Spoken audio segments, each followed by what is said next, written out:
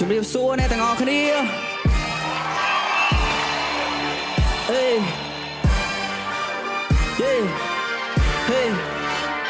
ថាជីវិតនេះវាមិនស្រួលបើមិនត្រេះរិះអ្នកនឹងដួលឈប់ឲ្យគេជន់ឈ្លីទឹកយ៉ាងដូចធូលីផលដែលយើងសម្រេចគេអ្នកទទួលថាជីវិតនេះវាមិនស្រួលបើមិនត្រេះរិះអ្នកនឹងដួលឈប់ឲ្យគេជន់ឈ្លីទឹកយ៉ាងដូចធូលីផលដែលយើងសម្រេចគេអ្នកទទួល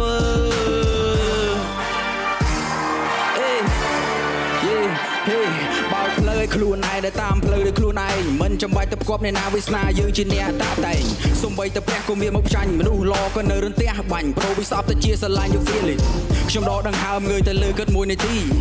ក្តីស្រមៃមានតាមពីតូចមិនទាន់សម្រេចទៅពេលនេះគេតែងតែប្រាប់ខ្ញុំថាជីវិតនេះត្រូវតែតស៊ូតែគេមិនដឹងថាជីវិតខ្ញុំនេះជូរចត់ជាការមិនលូដោយឡារយ៉ាយដែលអត់ព្រូ you see it ទោះយ៉ាងណាក៏នៅតែមួយ you see it ហើយខ្ញុំនៅតែជាខ្ញុំមានគោលចំហដ៏មុតមម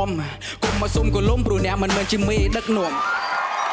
ខ្ញុំដើរមកដល់ពេលនេះគ្មានអ្នកណាគេឲ្យជីមានតែមិត្ត2 3នាក់អាចពើងពេលឡៃ homie មិនត្រូវការពួក fake snake នាំទៅគួរពួក we គេអត់ចោះចូលចាំបាច់អីខឹងល្បីខ្ទីសំដីដែលអ្នកនិយាយអាហាស្ដីកំហួរកឡើយនាំកលាច់ឲ្យលេចលងឲ្យផងខ្លួនធ្វើអីមិនកើតហាហួរបង្កហេតុឲ្យនាំតែមានរឿងវាឆ្ងាយខឹងខុសដោយសារសំដីមិនគួរនិយាយឲ្យអូបន្លាយយកមានមួយកាចាយមួយកាក៏មិនធ្វើរឿងអាបន្លាយឲ្យអត់បន្លែងជាមួយនឹងភ្លឺក៏អត់ទៅនឹកទៅជាប់ចង្វាក់អត់ច្រឡំតែក៏បន្លំប្រយ័ត្នមានហានិភ័យដោយសារតែប្រាក់ខ្លាចណាស់ជួបណាស់ឲ្យកម្មក្រៅវាតាមម្ចាស់ថាជីវិតវាមិនស្រួលបើមិនត្រេះរិះអ្នកនឹងដួលជប់ឲ្យគេជន់ឈ្លីទុកយ៉ាងដូចធូលីបើដែលយើងសម្រេចគេអ្នកទទួល